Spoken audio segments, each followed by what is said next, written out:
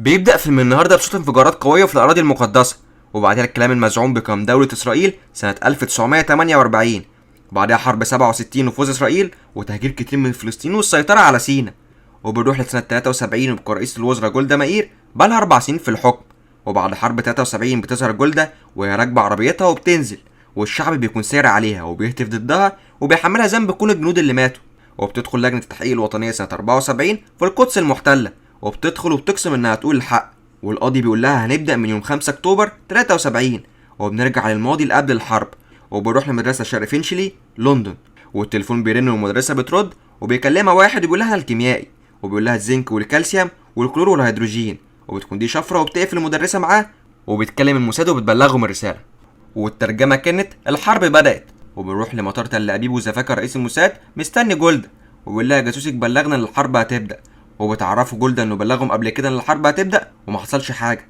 وانه مش لازم يثق فيه، وبتقول له ان موشي ديان مش هيرضى يعمل تعبئه لانه مش مصدق ان في حرب، وبتقول له حاول تجيب معلومات موثوقه من الكيميائي، وبتروح تركب العربيه مع المساعده بتاعتها وبتروح على مكان عامل زي المشرحه، وبتطلع مستشفى بيكون جولدا مريضه سرطان ومش معرفه حد، وبتتعالج بالكيماوي، وبترجع على البيت وبيجيلها تليفون من الخطوط الجويه، وبيعرفوها ان الخطوط الجويه المصريه نقلت كل طياراتها على طرابلس، وبيقولوا لها ان الحرب هتبدا النهارده، وبيجي تاني يوم وبتروح على مكتب رئاسة الوزراء وبتتجمع جولدا مع الوزراء، وبتقول لهم الجاسوس مروان بلغنا بميعاد الحرب، وان لو كلامه صح مش هيكون قدامهم غير 12 ساعة عشان يجهزوا، وبيقول ديان وزير الدفاع ان الروس بيكرهوا السادات وان المصريين محتاجين ليهم، وبيتكلم إليزر بيقول احنا طرنا فوق القناة وشفنا دبابات ومدفعات وكسور، وبتسأل جولدا عن أجهزة التنصت، فبيقول لها إليزر شغالة بس ما سمعناش حاجة، والسادات لو كان هيحارب كنا عرفنا احنا بنسمع كلامهم قبل ما هم يسمعوه، وبعدين من غير قذيفات بعيدة المدى الهجوم هيفشل، وبيقول لهم ليفا ان الشاذلي عايز يحفر تحت مظله صاروخيه عاديه، وان الحفر لو تم مش هيحتاجوا غير صواريخ عاديه، وبيقاطعهم ديان وبيعرفهم انهم لو عايزين يعملوا تعبئه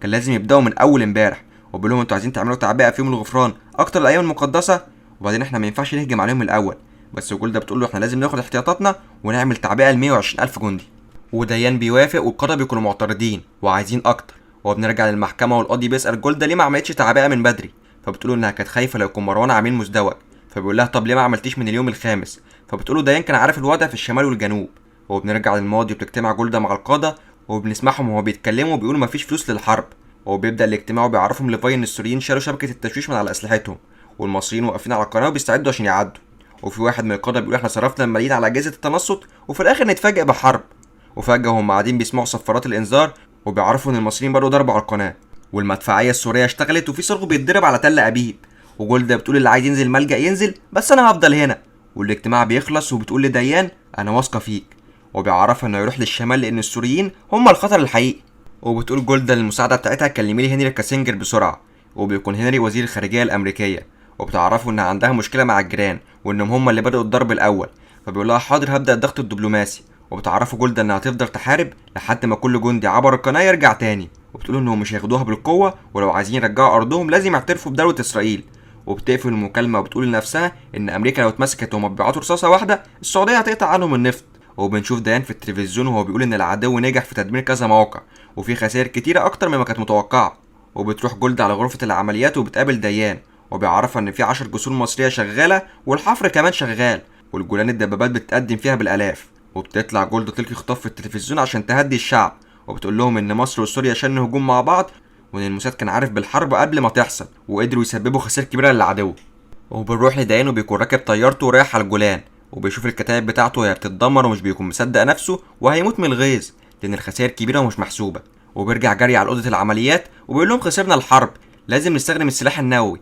وبيقول لهم انا بعلن استقالتي انا فاشل، وبتقول له جولد روح اغسل وشك وانا هتصرف، وبتقابل عزرا وبتقول له ديان اتجنن لا عايز يستخدم السلاح النووي وما تاخدش اي اوامر منه، وبيعملوا اجتماع وبيعرفوا ان الدبابات السوريه واقفه مكانها مش بتتحرك، وبيعرفوا ان المصريين لسه مستمرين في عبور القناه وقدروا يوقعوا 30 طياره فانتوم، وجولدا بتكتب عدد الجنود اللي ماتوا، وبيعرفوا ان في كتيبه احتياطيه كامله متحاصره، وبتقول جولدا انهم لازم يردوا بهجوم اقوى، بس في قائد بيقول لها احنا كده رايحين على الموت برجلينا لان اكيد ده فخ المصريين عاملينه، بس جولدا بتقول له انها سياسيه ومش هي اللي بتاخد القرارات العسكريه وبتسيبه وبتمشي، وبتطلع تقف على السطح وبتقول المساعده بتاعتها العدو ده اقدم منها ومفيش سبب يخليه يوقف، وبتقول لها لو الامريكان سابونا للعرب ودخلوا تل ابيب مش عايزهم ياخدوني عايشه، وبترجع لغرفه العمليات وبتسمع صوت الجنود وهم متحاصرين، وبيبدا الهجوم المضاد وصوت الرصاص بيسمع في ودان جولدا، وبتسمع جندي مصري وهو بيقول سيطرنا على الموقع وقتلنا كل الصهاينه، وبترجع جولدا على البيت وصوت الجنود وهي بتصرخ مش مفارقه.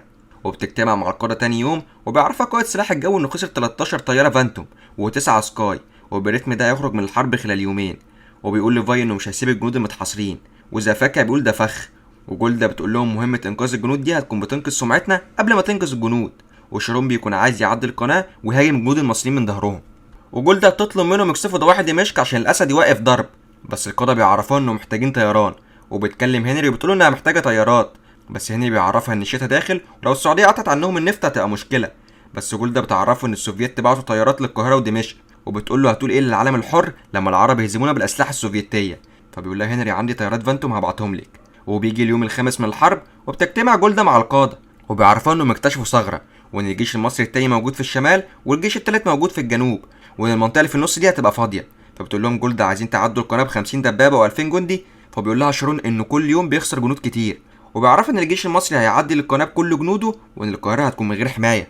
بس جولدا بتقول له السادات اول زعيم عربي يهزم اليهود في معركه، وان الجلاله واخداه ومش هيوقف، ولازم نستناهم لما يعدوا القناه وبعدين نهجم. وبتقول له شيرون انت هتاخد فرصتك من بعدي وهتبقى رئيس الوزراء. وبيروح لليوم السابع، وتروح جولدا تاخده الكيماوي، وبترجع على البيت، وبتقول المساعده بتاعتها انها حاسه ان نهايتها قربت.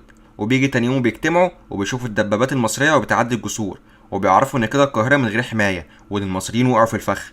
وبتظهر القافله الامريكيه وهي رايحه لاسرائيل، وبتنزل جولدا مع القاده لغرفه العمليات عشان يبداوا الهجوم، والدبابات والمدفعيه بيضربوا والكل بيسقف.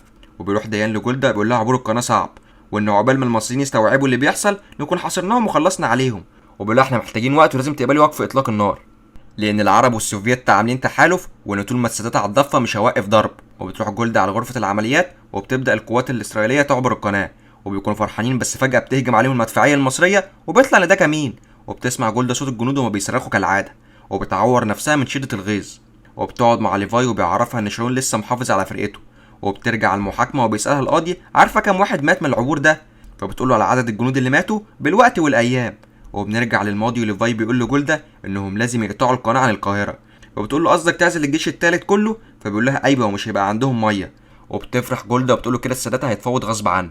وبيجي لها خبر وصول هنري كاسنجر، وبيروح لعند جولدا وبيتعرف على القاده، وبيكون جاي عشان يناقش وقف اطلاق النار. وبيقول له جولدا انا امريكي الاول وبعدين يهودي. فبتقول له جولدا لا، احنا هنا بنقراها من الشمال، يعني يهودي الاول وبعدين امريكي. وبيعرفها ان اوبك صنفت جولدا وامريكا دوله معاديه، والسعوديين قطعوا النفط، والبرميل زاد من 4 دولار ل 12، وان الشعب الامريكي اللي بيدفع الثمن. وبيطلع اتفاقيه وقف اطلاق النار، وبيطلب منها تمضي. فبتدي له قايمه بعدد الاسرى اللي عندها، وبتطلب منه قايمه بعدد الاسرى اللي عندهم، وضمانات ان الاسد هيوقف. وبتعرفه انهم كانوا هيدخلوا القاهره. بيقول لها كده كنت هتبقي لوحدك، لان امريكا مش حامله عداوه مع الدول اكتر من كده، وان السادات وافق على وقف اطلاق النار. فبتقول له ما هو كان لازم يوافق لانه كان هيتهزم. فبيعرفها هنري انه هو راجع هيقف في لندن، وان قدامها 18 ساعه عشان تعمل اللي هي عايزاه. بس بيحذرها من محاصره الجيش الثالث، لان كده السوفييت هيتدخلوا. فبتقول له ما تخافش، انا مش عايز اكتر من 18 ساعه. وبيمشي هنري وبتروح للجنود عشان تتكلم معاهم وترفع من روحهم المعنويه. وبترجع وبيجي لها اخبار ان برلين قاطع الجيش الثالث عن القاهره، وانهم دلوقتي متحاصرين. وهنري بيكلمها وبيطلب منها تفتح ممر انساني للجنود، وانها ما ينفعش يسيب 30,000 جندي يموتوا من العطش.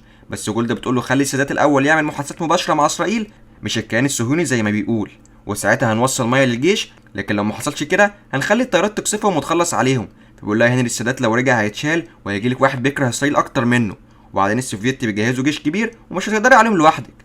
فبتقول له جولدا لو ما وقفتش معايا هعمل جيش من الايتام والارامل وهحارب لوحدي.